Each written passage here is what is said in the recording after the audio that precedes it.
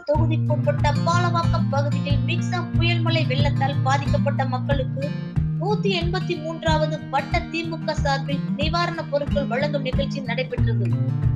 சோழிங்கநல்லூர் தொகுதிக்குட்பட்ட பாலவாக்கம் பகுதியில் மிக்சம் புயல் வெள்ளத்தால் பாதிக்கப்பட்ட மக்களுக்கு திமுக சார்பில் தமிழக முதல்வர் மு.க. ஸ்டாலின் ஆணைக்கிணங்க 183வது வட்ட மாமன்ற உறுப்பினர் டாக்டர் தமிழரசி சோமு ஏற்பாட்டில் 183வது வட்ட பகுதியில் உள்ள மக்களுக்கு நிவாரண பொருட்கள் பாய், பெட்ஷீட், பால் பவுடர், அரிசி, பிஸ்கட், குடிநீர் பாட்டில் உள்ளிட்ட பொருட்களை வழங்கினர். மேலும் இதில் கட்சி நிர்வாகிகள், பகுதி வட்ட இளைஞர் அணி அமைப்பாளர்கள், மகளிர் அணியினர் கலந்து கொண்டனர்.